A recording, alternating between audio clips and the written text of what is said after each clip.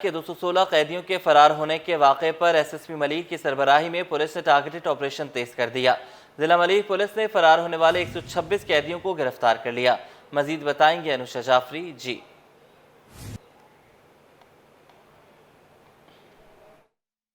बिल्कुल, मलिर जेल से जो 216 कैदी के फरार होने का वाकया है। डिस्ट्रिक्ट मलिर पुलिस की जानिब से जो है वो फरार कैदियों की गिरफ्तारी के लिए जो टारगेटेड ऑपरेशन है वो तेज कर दिया गया है। SSP Malir lieutenant commander retired Kashif Aftab Ahmed Abbasi की सरबराही में जो है वो जिला मलिर पुलिस टारगेटेड ऑपरेशन कर रही है और 216 फरार कैदी में से जिला मलिर ने कार्रवाई करते हुए जो है वो पुलिस ने जो कार्रवाई की उसमें 126 कैदियों को जो है दोबारा से गिरफ्तार कर लिया है। 90 कैदियों की गिरफ्तारी के लिए पुलिस की जानिब से टारगेटेड ऑपरेशन जो है वो किया जा रहा है। हम देख रहे हैं कि वाकया ये पेश आया था कराची का सबसे बड़ा जो जेल है वहां पर जो है वो जेल ब्रेक का वाकया हुआ।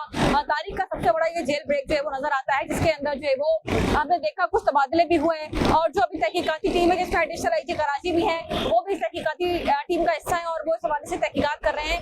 जो भी तहकीकाती रिपोर्ट होगी वो वज़ीर आला से मुराद अली शाह को भी जो है वो पेश की जाएगी। अभी इस वक्त हम जो है वो मलिर जेल के बाहर मौजूद है जहाँ पर सिक्योरिटी जो है वो सख्त कर दी गई, रेंजर की नफरी दोनों तरफ जो है वो तैनात कर दी गई है और एसएसपी मलिर काशिफ अब्बासी का कहना है कि टारगेटेड ऑपरेशन जो है मुसलसल जारी है। अभी भी 90 कैदियों की तलाश जो है वो जारी है जिनको जो है वो टारगेटेड ऑपरेशन मुकम्मल करने के बाद जो है वो जल्द गिरफ्तार कर लिया जाएगा, क्योंकि पुलिस के पास जो है वो लिस्ट मौजूद है जिसके अंदर फरार होने वाले कैदियों के जो नाम, उनके जो FIR नंबर है और जो एड्रेसेस हैं वो मौजूद हैं। और कुछ कैदी ऐसे जिन्होंने आपको जारी जो है वो दे दी है और अभी पुलिस की जानिब से कराची भर में टारगेटेड ऑपरेशन जो है वो किया जा रहा है। जी, सिंध पुलिस में बड़े पैमाने पर तबादले, नए प्रमोट होने वाले एसपीज पर आईजी सिंध मेहरबान हो गए। ग्रेड 18 के 13 एसपीज के तकर्रुर तबादले कर दिए गए। सिंध पुलिस में बड़े पैमाने पर तबादले, नए प्रमोट होने वाले एसपीज पर आईजी सिंध मेहरबान हो गए हैं। ग्रेड 18 के 13 एसपीज के तकर्रुर तबादलों का नोटिफिकेशन जारी कर दिया गया है। नए प्रमोट होने वाले एसपीज पर आईजी सिंध मेहरबान हो गए। एसपी आजम बलोच सीटीडी सरबरा बरोही को लाड़काना रेंज तैनात कर दिया गया है, जबकि SP Idrees Ahmed traffic training institute तैनात किए गए हैं। सिंध पुलिस में बड़े पैमाने पर तबादले शुरू हो गए हैं। नए प्रमोट होने वाले एसपीज पर आईजी सिंध मेहरबान हो गए। बात करेंगे मिराज अख्तर से, अपडेट कीजिएगा। बिल्कुल जी, सिंध पुलिस में इस वक्त तकर्रुर तबादलों की हवा चल चुकी है और तब्दीलियों की हवा चल चुकी है और ख़ास तौर पर आईजी सिंध गुलाम नबी मेमन जो है नए प्रमोट होने वाले जो अफसरान हैं उन पर हमें मेहरबान नज़र आते हैं। अभी कुछ रोज़ पहले ही जो है काफ़ी बड़ी तादाद में जो है DSP के अहदे से SP के अहदे पर जो है प्रमोट हुए हैं कई अफसरान और इनके तबादलों के इस वक्त नोटिफिकेशन जारी हुआ है। तो 13 जो ऐसे SP हजरात हैं जो कि अभी भी प्रमोट हुए थे उनको पोस्ट किया गया है मुख्तलिफ जो है ज़िलों में। उसके अलावा PTC जो कि पुलिस ट्रेनिंग सेंटर्स हैं उनमें तो उनको तैनात किया गया है। इसके अलावा कुछ को मीरपुर ख़ास भेजा गया है, कुछ को लड़काना भेजा गया है, कुछ के जो है इन्वेस्टिगेशन ब्रांच में तबादले किए गए हैं और तकरीबन 3 से 4 SP हजरात ऐसे हैं कि जिनकी खिदमात इस वक्त एडिशनल IG कराची के सुपुर्द की गई हैं और आइंदा आने वाले दिनों में ये इम्कान है कि उनको कराची के मुख्तलिफ थानों में पोस्ट किया जाएगा। तो मजमूई तौर पर जो है वो 13 SP जो कि नए प्रमोट हुए थे उनको जो है मुख्तलिफ ज़िलों में और मुख्तलिफ जो है वो ब्रांचेस में जो है वो तैनात कर दिया गया है। उसके साथ साथ जो वहाँ पहले से मौजूद अफसरान थे उनके वहाँ से ट्रांसफ़र करके जो है वो CPO रिपोर्ट करने की हिदायत की गई है। आईजी सिंध गुलाम नबी मेमन की जानिब से इसका बाकायदा नोटिफिकेशन जारी कर दिया गया है जिसकी कॉपी जो है वो 321 ने हासिल की है। इसके साथ साथ 5 ऐसे DSP हजरात भी हैं जिनकी जो है ट्रांसफ़र किया गया है मुख्तलिफ थानों में। उसमें क्लिफ्टन है, डिफेंस है, इसके अलावा मेमन गोट है और गुलशन इकबाल है। यहाँ से उनको ट्रांसफ़र किया गया है। तो मजमूई तौर पर 13 SP हजरात और 5 DSP हजरात जो हैं वो उनको ट्रांसफ़र किया गया है। शहर में इस वक्त ये जो ज़राए से मिलने वाली इतरात हैं उसके मुताबिक IG सिंध की जानिब से जो है वो बहुत ज़्यादा इस वक्त इस चीज़ के तहफ़्फ़ुज़ात थे कि कराची समेत सिंध भर में गुटखा मावा के हवाले से और मनशियात फरोशी के हवाले से जो है बहुत सारी शिकायत मौसूल हो रही थी। ऑर्गेनाइज क्राइम के हवाले से शिकायत मौसूल हो रही थी कि इनको किस तरह से जो है वो ख़त्म किया जा सकता है, लेकिन हमने ये देखा कि ये जुराइम कम नहीं हुए और ख़त्म नहीं हुए, जिस पर आईजी सिंध की जानिब से जो है वो बहुत बड़ी तादाद में जो पुलिस अफसरान थे उनके खिलाफ कार्रवाइयाँ की गई, एहतसाब का अमल किया गया, उनको सस्पेंड किया गया, ब्लैक कंपनी भेजा गया, उनके खिलाफ तहकीकात शुरू हुई, लेकिन उसके बावजूद भी इन जुराइम में कोई कमी नहीं आई। तो अब ये ऐसा लगता है कि आईजी सिंध गुलाम नबी मेमन साहब की जानिब से चांस दिया जा रहा है उन अफसरान को जो कि नए प्रमोट होकर इस वक्त जो आए हैं और उनसे बहुत उम्मीदें वाबस्ता हैं आईजी साहब को कि ये क्राइम को भी कंट्रोल करेंगे और ख़ास तौर पर जो ऑर्गेनाइज क्राइम है उसको ये बिल्कुल कंट्रोल करेंगे। तो ये पहला मरहला था, पहली कड़ी थी, जिसमें जो है वो 13 SP हजरात को जो है मुख्तलिफ जगह पे पोस्ट किया गया है, तकर्रुर तबादले किए गए हैं और 5 DSP हजरात के तकर्रुर तबादले किए गए हैं। और आइंदा आने वाले दिनों में जो हमारे ज़राए बताते हैं मज़ीद पुलिस अफसरान और एहलकारों के तबादले होंगे और कराची में ख़ास तौर पर जो थानेदार तैनात हैं कई सालों से, उनके भी तबादले मुतवक्का हैं। जी ठीक है, बहुत शुक्रिया, आपने हमें अपडेट किया।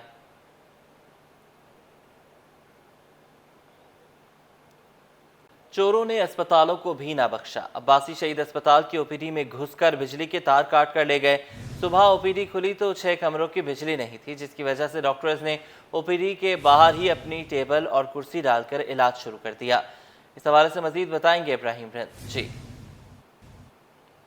देखिए, बिल्कुल शहर कायद के मुख्तलिफ इलाकों में चोरी की वारदातें बढ़ चुकी हैं। जहां पर मुख्तलिफ इलाकों में चोरी की वारदातें हो रही हैं, वहीं पर चोरों ने अस्पतालों को भी नहीं बख्शा और अब्बासी शहीद अस्पताल के अंदर जो है बिजली की तारें जो है वो चोर काट कर ले गए हैं, जिसकी वजह से 6 कमरों की बिजली यहाँ पर नहीं है, अंधेरा है। और इस गर्मी और हब्स की वजह से डॉक्टरों ने बाहर टेबल लगा के मरीजों का इलाज करना शुरू कर दिया है। हमारे कैमरामैन काशिफ दिखा सकते हैं मेरे उल्टे हाथ की तरफ कि यहाँ पे बड़ी तादाद में डॉक्टर्स बैठे हुए हैं, जो कि बाहर OPD के बाहर जो कुछ डॉक्टर जहां पे बिजली है वो अंदर कमरों में OPD में मरीजों का मायना कर रहे हैं, जबकि जो जिन कमरों की लाइट नहीं है वहां के डॉक्टर जो बाहर टेबल लगा के मरीजों का मायना कर रहे हैं और OPD में उनका मायना किया जा रहा है। और यहाँ पे बड़ी तादाद में लोग बैठे हुए हैं गर्मी और शदीद हब से। जैसे कि हमारे कैमरामैन ये दिखा सकते हैं कि ये जो मेडिसिन की OPD है और इसी तरह अंदर के मनाजिर अगर दिखा सके हमारे कैमरामैन, तो अंदर देख सकते हैं कि पूरा अंधेरा छाया हुआ है। यहाँ पे डॉक्टर नहीं है, पंखे बंद हैं, हब से गर्मी है और यहाँ पे किसी का मायना नहीं किया जा रहा। और यहाँ पे देख सकते हैं कि इसके पीछे बिजली की तारें हैं जहाँ से बिजली कट चुकी है। चोर यहाँ से जो वो तारें काट कर ले गए हैं। अफसोस की बात है और उनके खिलाफ अभी तक कार्रवाई नहीं भी हो सकी। तहकीकात इंतजामिया कर रही है। और इसी तरह आप देखें कि बहर के मनाजिर में जो है वो बिजली मौजूद है, लेकिन यहाँ पर बिजली नहीं है। और दूसरा कमरा भी इसी तरह दिखा सकते हैं कि मेडिसिन का यहाँ पे भी यही सूरत हाल है कि यहाँ पे भी लाइट नहीं है और यहाँ पे जो है चोर यहाँ से बिजली की तारें काट कर लेके चले गए हैं और यहाँ पे अभी तक कोई पुरसाने हाल नहीं। और इसी तरह आप देख सकते हैं कि यहाँ पे मरीज जो है वो शदीद परेशान बैठे हुए हैं और जो अंदर OPD में आने वाले मरीज थे उनके लिए डॉक्टरों ने बाहर टेबलें लगा के उनको इलाज और मुआवजे की सहूलियत फराम कर दी है। बताया यही जा रहा है कि चोर ने रात की तारीखी में वो तारें काट कर साथ ले गए और अब वो तारें दोबारा नई खरीदी जाएंगी, उसके बाद रिपेयरिंग करके दोबारा बिजली फाल की जाएगी। लेकिन अभी तक जो है इन कमरों की बिजली फाल नहीं हो सकी, जिसकी वजह से यहाँ पे डॉक्टरों को बाहर टेबल लगा के मरीजों का इलाज करने की ज़रूरत पड़ रही है। तो इस हवाले से हम फौरी तौर पर तहकीकात भी कराएं और मुलव्विस अफराद के खिलाफ सख्त कार्रवाई करें।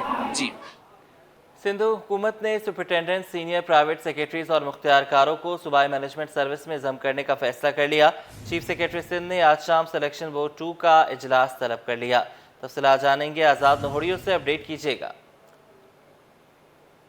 जी बिल्कुल, मोहम्मद मूसा हुकूमत ने मुख्तियारकारों, सुपरिटेंडेंट्स और सीनियर प्राइवेट सेक्रेटरीज को सूबाई मैनेजमेंट सर्विस में जम करने का फैसला कर लिया है। इस हवाले से चीफ सेक्रेटरी सिंध सैयद आसिफ अदल शाह ने आज शाम 4:30 बजे सूबाई सिलेक्शन बोर्ड 2 का इजलास तलब कर लिया है। इजलास में senior member board of revenue बकावला उन्नड़, जो चेयरमैन तरक्की मनसूबाबंदी board Syed Najam Ahmed Shah, secretary services general administration व कोऑर्डिनेशन गुलाम अली ब्रह्मानी और additional secretary 1 services general administration व कोऑर्डिनेशन धर्मू शिरकत करेंगे। इजलास में 17 ग्रेड के और जो सुपरिटेंडेंट्स हैं उनको सूबाई मैनेजमेंट सर्विस में जम किया जाएगा। इसके अलावा 17 ग्रेड के सीनियर प्राइवेट सेक्रेटरीज को भी सूबाई मैनेजमेंट सर्विस में जम किया जाएगा। इसके अलावा सुपरिटेंडेंट और सीनियर प्राइवेट सेक्रेटरीज को सेक्शन अफसर का दर्जा दिया जाएगा। इसके अलावा सुपरिटेंडेंट्स और सीनियर प्राइवेट सेक्रेटरीज को मराद जो है सेक्शन अफसर वाले दी जाएंगी। इसके अलावा 16 ग्रेड के मुख्तियारकारों को 17 ग्रेड में तरक्कियां देकर असिस्टेंट कमिश्नर का ओहदा दिया जाएगा, जबकि तरक्कियां पाने के बाद उनको जो है सूबाई मैनेजमेंट जो सर्विस में जम किया जाएगा। इसके साथ साथ ये असिस्टेंट कमिश्नर अब जो है सेक्शन अफसरान के ओहदों पर भी तैनात हो सकते हैं। इस हवाले से आज के इजलास में बाकायदा तौर पर इनको सूबाई मैनेजमेंट सर्विस में जम करने की मंजूरी दी जाएगी। जी ठीक है, बहुत शुक्रिया, आपने हमें अपडेट किया। वक्त कम है और मुकाबला सख्त। ईद कुर्बा में सिर्फ कल का रोज़ बाकी है। नॉर्दर्न बाईपास मंडी में शहरियों का ज़बरदस्त रश। मवेशी मंडी के मरकजी दरवाजे पर गाड़ियों का रश बरकरार है। लोगों को मनपसंद जानवर की तलाश है। खरीदारों और व्यापारियों में भाव ताव उरूज पर है। खरीदारों को महंगाई और व्यापारियों को तगड़ा ग्राहक ना मिलने का शिकवा। भारी भरकम और खूबसूरत जानवर खरीदारों की तवज्जो का मरकज हैं। सलमान सलीम हमारे साथ मौजूद हैं, उनसे जानेंगे। सलमान सलीम, बताइएगा, बहुत कम वक्त रह गया है, भाव ताव कैसा चल रहा है? देखें, बिल्कुल एक रोज़ बाकी है ईद कुर्बा में और मवेशी मंडी में जो शहरियों का रश है वो बरकरार है। लंबी लंबी गाड़ियों की लाइनें लगी हुई हैं। मेरे कैमरामैन जो है वो आपको दिखा सकते हैं। गाड़ियों का एक रश देखा जा रहा है। ये वो गाड़ियां हैं जो कि जानवर बाहर लेकर जाती हैं, फिर दोबारा मवेशी मंडी के अंदर आती हैं। शहरियों की लाइन जो है वो अलग है, गाड़ियाँ वहाँ पर भी मौजूद हैं। एक खरीदार भी हमारे साथ मौजूद हैं, इनसे जानते हैं। बताइएगा, आप यहाँ पर जानवर खरीदने के लिए आए हैं, कितने का जानवर मिला और अभी कैसी मंडी चल रही है? अल्हम्दुलिल्लाह तकरीबन 4-5 दिन से हम लगातार आ रहे हैं। हमारी जेब गवारा नहीं कर रही थी, हम जो पैसे ला रहे थे वापस लेके जा रहे थे। अब हमें किसी ने बताया कि दूसरा दिन है मंडी के, थोड़ा सा रेटेस जो है ना, रेट गिरे मंडी के, तो आज हम आए। जो हमें 280 290 की चीज़ मिल रही थी वो हम अल्हम्दुलिल्लाह 1,70,000 रुपये में लेके जा रहे हैं। तो ये आवाम से है कि आएँ, इस वक्त मंडी सस्ती है और मौके का फ़ायदा उठाएं। माल भी कम है और ज़्यादा टाइम न ज़ाया करें, जितना जल्दी हो सकते हैं आएँ और बहुत अच्छी और कम पैसों में बहुत अच्छी चीज़ मिलेगी। अच्छा, शहरियों का कैसा रश देख रहे हैं, लोगों को कैसा रश देख रहे हैं, खरीदारी किस तरह की देख रहे हैं? असल में शुरू में काफ़ी ज़्यादा रश था, रेट इन लोगों ने बहुत ज़्यादा हाई रखे थे, रश बहुत ज़्यादा था। उसके बाद अब दूसरा दिन है, रश कम हुआ है, तो व्यापारी रश को देख के, रश बिल्कुल नहीं, इन्होंने रेट अपने बिल्कुल तोड़ दिए हैं। तो अब हमारी ये है कि आखिरी दिन का इंतज़ार न करें। माल बिल्कुल कम है, ये नहीं कि माल ज़्यादा है, माल बिल्कुल कम है। अंदर हम बहुत घूमे, हम 4-5 घंटे घूमते रहे, माल बिल्कुल कम है, लेकिन लोग भी नहीं है। आखिरी दिनों का इंतज़ार करेंगे, हो सकता है ऊपर चली जाए।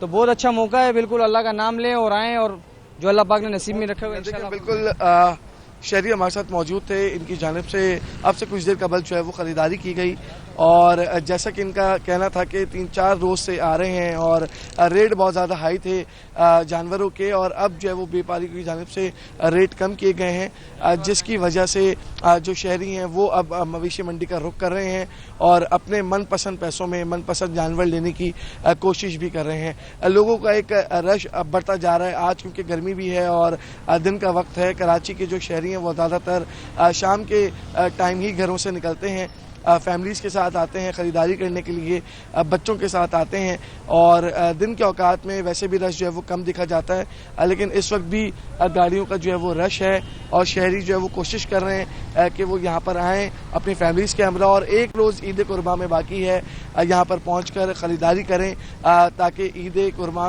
का जो फरीज़ा है वो अंजाम दे सकें। जी सलमान सलीम, ये बताइएगा कि हम आपके पीछे भी देख सकते हैं, जो अमूमन हमें मंडियों में रश नज़र आता है देखने में, वो नज़र नहीं आ रहा। इसकी क्या वजूहात हो सकती हैं? क्या कुव्वत ख़रीद नहीं है? क्योंकि एक ये भी कहा जा रहा था कि आखिरी दिनों का इंतज़ार किया जा रहा है, तो आखिरी दिन तो आन पहुँचे हैं, तो उस हिसाब से तो रश बहुत ज़्यादा होना चाहिए। देखें, बिल्कुल एक रोज़ बाकी है तो रश जो है वो यकीनी तौर के ऊपर ज़्यादा होना चाहिए। जैसा कि मैंने आपको बताया कि दिन का वक्त है, दिन के वक्त में वैसे भी शहरी जो है वो थोड़ा सा जो है वो परहेज़ करते हैं गर्मी में मंडी आने से।